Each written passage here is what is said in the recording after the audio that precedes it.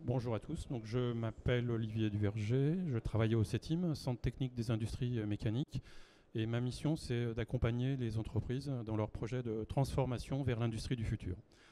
Cette présentation s'intitule La 5G privée en réponse aux enjeux de la transformation numérique industrielle, et je voudrais associer à cette présentation Alsatis, notre partenaire sur la 5G, un acteur donc local, Toulouse, intégrateur et opérateur de réseaux privés. Voici le sommaire en 3 points de cette présentation. D'abord, une présentation du contexte de la transformation numérique industrielle qui permet de comprendre en fait quel est le besoin de connectivité et de faire le lien avec la 5G industrielle et la 5G privée. Une introduction à la 5G privée en deuxième partie. Et puis en troisième partie, c'est la question du projet de déploiement de la 5G, comment aborder un projet, comment s'informer sur la 5G, par où commencer. Le contexte, alors au CETIM, notre mission en tant que centre technique industriel, c'est d'accompagner l'industrie dans ces grandes transformations pour l'adapter à ces grands défis qui sont de nature économique et écologique pour les principaux. Donc on parle de transformation vers l'industrie du futur, c'est-à-dire faire du rattrapage technologique au niveau de l'outil de production. C'est la montée en gamme des produits, c'est la montée en gamme aussi des méthodes de travail et de management. C'est également la transition écologique et énergétique, donc c'est l'éco-conception des produits, c'est la durabilité, la circularité, la décarbonation de l'outil de production industrielle, c'est aussi la maîtrise de l'efficience des consommations de ressources naturelles et énergétiques. Et puis on parle également de défense de la souveraineté industrielle avec la réduction des chaînes de dépendance envers les approvisionnements et puis la réindustrialisation du territoire. Le catalyseur de toutes ces grandes transformations, c'est la transformation numérique industrielle, c'est-à-dire la transformation numérique des chaînes de valeur, des chaînes d'approvisionnement industrielles, des filières industrielles. Et ça concerne toutes les filières industrielles, c'est une tendance mondiale. Et donc toutes les filières qui sont positionnées sur des marchés mondiaux ultra concurrentiels sont concernées par cette transformation numérique. Et donc par conséquent, toutes les entreprises qui sont intégrées dans ces filières, quelle que soit leur taille, du grand groupe à la PME, voire à la TPE, dans le cas de la filière nucléaire par exemple. Alors nous, au CETIM, on s'intéresse particulièrement à la transformation numérique industrielle. De quoi s'agit-il ? Eh bien, elle porte sur la transformation numérique des sites de production, de l'outil de production, des processus et des procédés de production. Et la production recouvre les domaines de la fabrication, du contrôle qualité, de la logistique et de la maintenance. Quels sont les enjeux de la transformation numérique industrielle ? C'est très clairement l'enjeu, c'est la donnée et son utilisation. Pour les entreprises, l'enjeu, c'est la capacité à tirer le meilleur parti possible des données de production, à tirer parti également des opportunités numériques pour développer des avantages concurrentiels durables. Il y a un certain nombre d'avantages concurrentiels qui sont regroupés ici à droite. On recherche d'abord de l'efficience opérationnelle, on recherche également de l'efficience écologique et énergétique, on cherche à innover dans les services qui sont délivrés aux clients, on cherche également à améliorer les conditions de travail, sécurité, pénibilité. On cherche à améliorer aussi l'attractivité du travail, notamment pour les jeunes générations. Et puis on cherche aussi à maintenir le potentiel, le savoir-faire, les compétences dans l'entreprise. Et puis enfin, il y a un gros sujet lié à la sécurité des données, bien évidemment. Comment concrètement s'opère cette transformation numérique industrielle dans les entreprises ? Eh bien, elle s'opère par le déploiement au fil du temps d'un certain nombre de briques de transformation qui vont répondre à chaque fois à des enjeux spécifiques de l'entreprise. Donc il n'y a pas de modèle général de transformation. La transformation, elle doit s'adapter aux besoins spécifiques de chaque entreprise.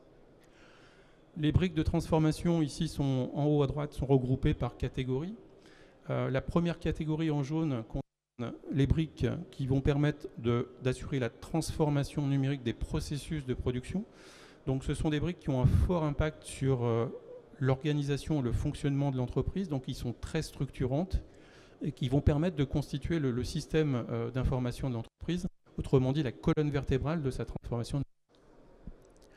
La brique emblématique, c'est le MES, par exemple, Manufacturing Execution System, qui est le système d'information de l'atelier, qui vient se positionner entre les machines, où il collecte de l'information, et l'ERP qui est au-dessus.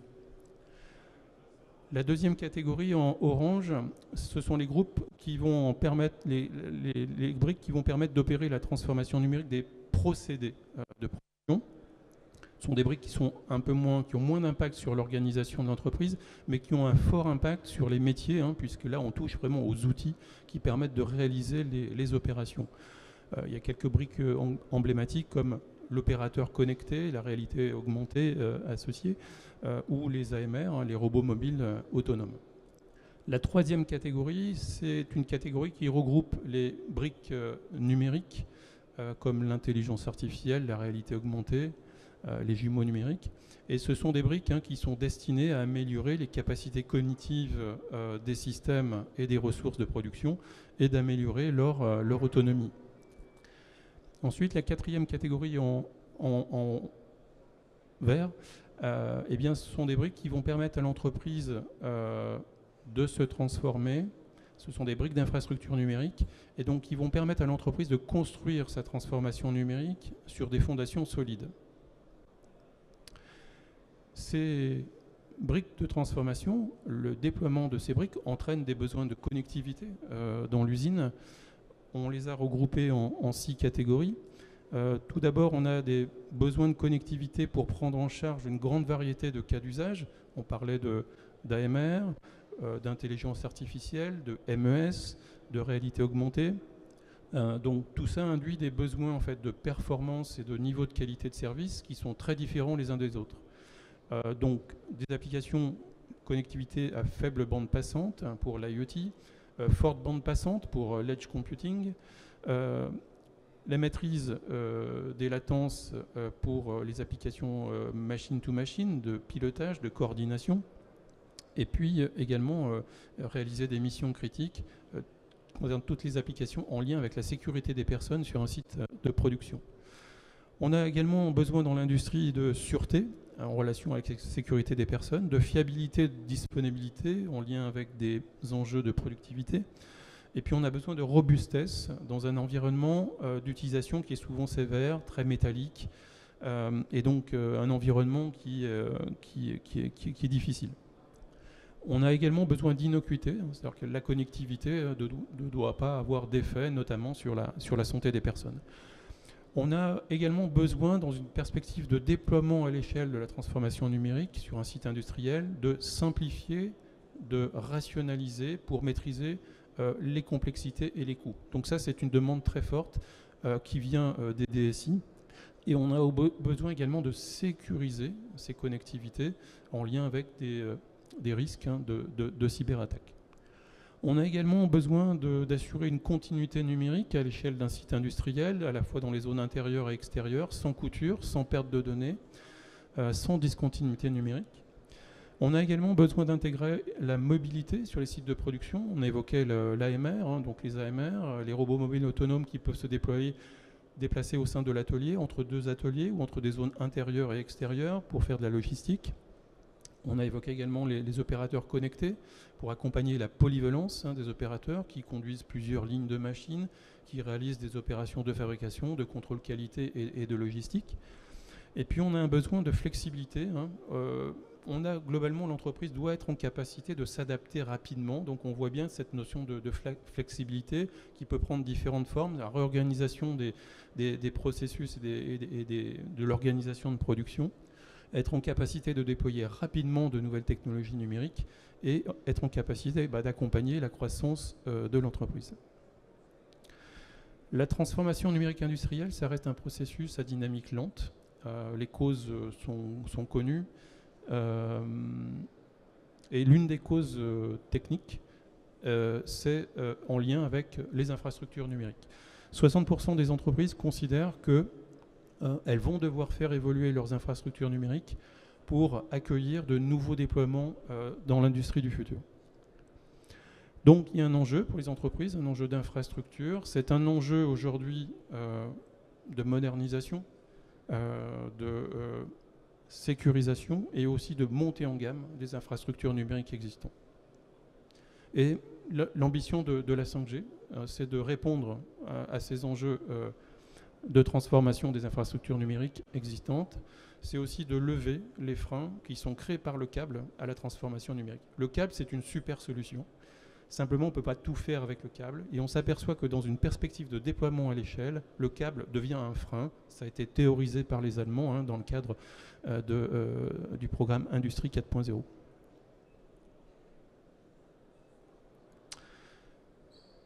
Donc je passe maintenant, j'enchaîne, après ce contexte, j'enchaîne sur la 5G privée. Qu'est-ce que la 5G privée et puis comment elle va permettre de répondre à ces enjeux. Alors, tout d'abord, la 5G, c'est la 5e génération de réseau mobile qui est spécifiée par le 3GPP. C'est un réseau cellulaire. Donc, l'intérêt pour un site industriel, c'est de permettre une continuité numérique, c'est-à-dire que vous pouvez vous déplacer au sein de votre usine sans perte de connexion et donc assurer une continuité numérique totale. On évoquait l'AMR, c'est important pour un AMR qui se déplace dans l'atelier ou entre deux ateliers ou entre des zones intérieures-extérieures, d'avoir cette continuité numérique. Ce sont également des bandes de fréquences dédiées à la 5G. La 5G utilise des bandes de fréquences qui sont spécifiques, dédiées à la 5G. Donc l'intérêt d'utiliser des bandes spécifiques qui sont aussi sous licence donc payante, eh bien c'est que dans le cas d'une usine, vous êtes le seul à pouvoir utiliser sur votre périmètre géographique cette licence, cette fréquence, et donc vous pouvez l'utiliser comme vous le souhaitez pour répondre à vos besoins de cas d'usage et de politique de sécurité. C'est un réseau qui est 100% compatible IP, donc en termes d'adressage, de routage, qui supporte la voix, les données et puis les contenus vidéo. Et puis c'est un réseau qui va permettre d'homogénéiser les pratiques de gestion de la qualité de service, comme ça se fait aujourd'hui dans le domaine de l'Ethernet et du filaire. La 5G permet aussi de monter en gamme et d'adopter ces pratiques de gestion de qualité de service et d'engagement de qualité de service. C'est un standard international, donc c'est intéressant parce que derrière il y a tout un écosystème. Alors, la technologie reste nouvelle, mais dans quelques années, ça va constituer un écosystème puissant en termes d'offres de services et de produits. Et puis c'est un standard qui permet un même standard qui permet de traiter une grande variété de cas d'usage. On parle de 5G public, donc là on parle de 5G, on va dire, d'usage public à l'échelle nationale ou internationale. Mais la 5G adresse aussi des besoins d'applications locales, privées. Et on peut faire les deux avec le même standard spécifié par le 3GPP. Le 3GPP a imaginé 3 cas d'usage particuliers pour la 5G. Le haut débit en situation de mobilité. Donc là, on va plutôt vers des besoins pour la 5G grand public qui concernent le streaming vidéo. Pour le côté industriel, ce haut débit en mobilité, ça va être l'edge computing, la mobilité en production autour de l'utilisation, par exemple, de technologies comme l'IA en temps réel pour faire du contrôle qualité, par exemple. Le deuxième cas d'usage, ce sont les communications à faible latence ou communications critiques. Donc là, le marché visé à l'origine, c'est bien l'industrie. Et là, on voit bien quelles sont les applications qui sont derrière ces cas d'usage, en lien avec le pilotage des machines ou en lien avec la sécurité des personnes. Et puis le troisième cas d'usage, c'est le faible débit, mais avec forte contrainte de densité. Le marché visé, c'est la ville intelligente, par exemple, avec une dissémination d'objets connectés au sein de la ville. Et dans l'usine, c'est bien évidemment le système d'information, l'IoT, et tout ce qui va permettre de collecter, de remonter de l'information vers le système d'information. Donc on voit bien ici l'intérêt, le gros atout de la 5G, c'est de permettre une grande variété de cas d'usage qui induisent des besoins de performance et de qualité de service qui sont très différents. Et tout ça s'est rendu possible notamment grâce aux techniques de virtualisation qui sont intégrées dans la 5G, qui permettent, avec le dispositif Network Slicing, de découper un réseau en sous-réseaux virtuels, à l'image de machines virtuelles, comme ça se fait dans le cloud et dans l'informatique. Chaque sous-réseau virtuel est indépendant des autres, et donc vous pouvez affecter un de ces sous-réseaux à des applications critiques en lien avec la sécurité des personnes. Vous pouvez affecter un autre réseau au pilotage des machines, et puis un troisième réseau, par exemple, à tout ce qui concerne l'IoT et la remontée de données vers le système d'information.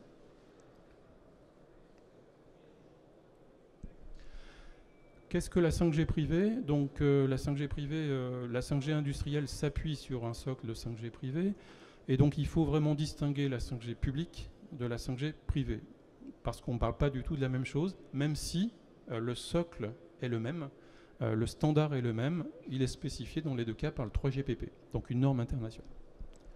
Donc la 5G privée, on peut faire l'analogie pour fixer les idées avec un réseau Wi-Fi. C'est un réseau qui est déployé à l'intérieur d'un périmètre géographique bien borné, comme peut l'être un site industriel, et qui est mis en œuvre pour réaliser des usages privés et locaux. Donc, c'est un réseau par rapport à un réseau national 5G qui a une puissance d'émission qui est plus limitée. La puissance d'émission, de toute façon, est réglementée.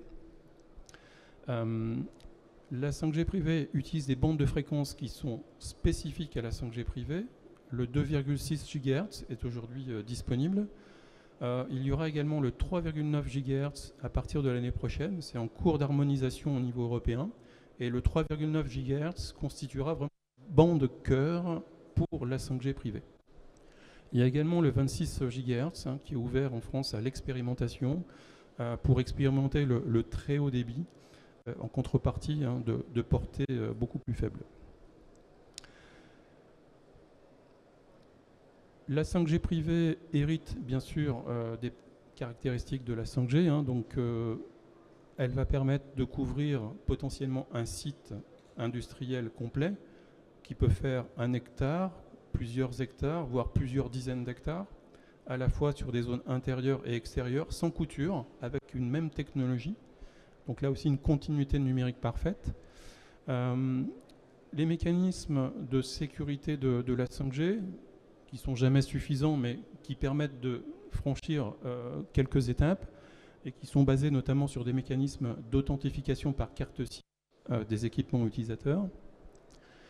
C'est un réseau qui est entièrement personnalisable, contrairement à la 5G publique.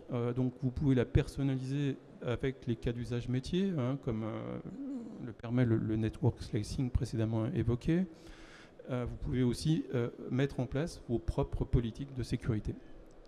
C'est un réseau qui est opérable en interne, comme un réseau Wi-Fi, si vous avez des équipes qui ont les compétences pour le faire, ou sinon c'est un réseau qui peut être opéré par un tiers. On est assez proche d'un modèle, dans ce cas, d'infogérance. Et puis il y a un certain nombre d'hybridations qui sont possibles de faire. On peut combiner 5G public-privé, ça peut avoir un intérêt.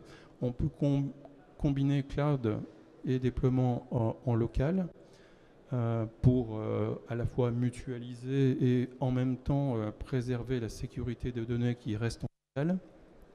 Et puis on peut faire des mix radio avec les fréquences sur un même site. On peut utiliser par exemple du 2,6 GHz dans les zones extérieures et plutôt du 3,9 GHz dans les zones intérieures. Tout ça évidemment en fonction des besoins de performance attendus. Pour fixer les idées, voici un exemple de réseau 5G pour rendre les choses un petit peu plus concrètes. Donc c'est le réseau qu'on a déployé dans notre Fab Lab 5G sur le site du CETIM de Cluse. Donc sur la figure de gauche, vous avez le principe d'architecture, les constituants du réseau. Et sur la figure qui est au centre, vous avez la réalisation physique de ce réseau. Donc de quoi est constitué un réseau 5G? C'est un réseau de base. Donc vous voyez, c'est assez simple. D'abord, on a un cœur de réseau 5G qui est connecté à de l'Ethernet au réseau local, informatique local de notre site, donc qui permet d'accéder aux données et aux applications. Le cœur 5G, en fait, c'est ce qui permet d'assurer toutes les fonctions attendues d'un réseau. Donc toute l'intelligence est dans le cœur 5G. Et c'est une brique logicielle qui peut être déployée sur un serveur banalisé ou dans le cloud. Ensuite, on a un réseau d'accès radio qui est constitué lui-même, ce qu'on appelle une station de base 5G, qui permet de mettre en forme les signaux numériques, qui est aussi une brique logicielle déployée sur un serveur banalisé. Ensuite, vous avez une radio qui permet de transformer le signal numérique en un signal électrique qui est envoyé vers des antennes ici qui sont passives. On a 4 antennes passives MIMO qui permettent de couvrir intégralement la surface de l'atelier qui représente à peu près 2000 m². Et puis, dans un système 5G, vous avez également des équipements utilisateurs. Donc, sur la photo à droite, des équipements utilisateurs, ça peut être des terminaux mobiles, des smartphones, des tablettes, des lecteurs de code, RFID, code barre, des outils électroportatifs de production, des visseuses par exemple. Puis ça peut être également des routeurs 5G, qui est l'équipement qui permet de raccorder facilement une machine, par exemple, au réseau 5G via un câble Ethernet.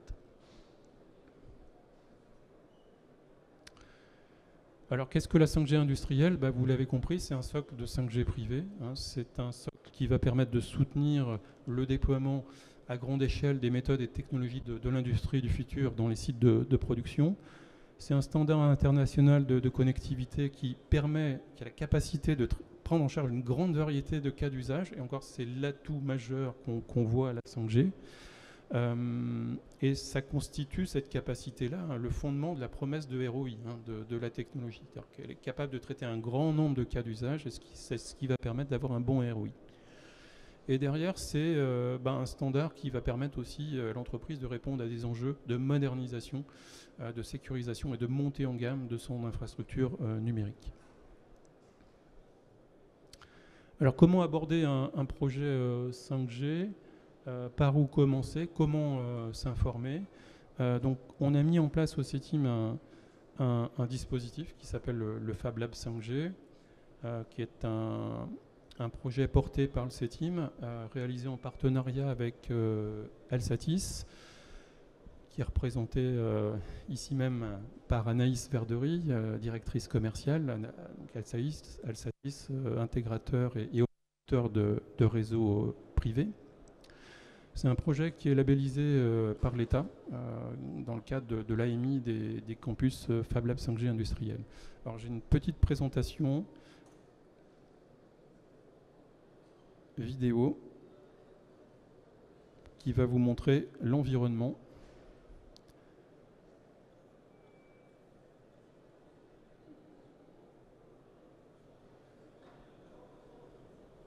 de notre Fab Lab 5G.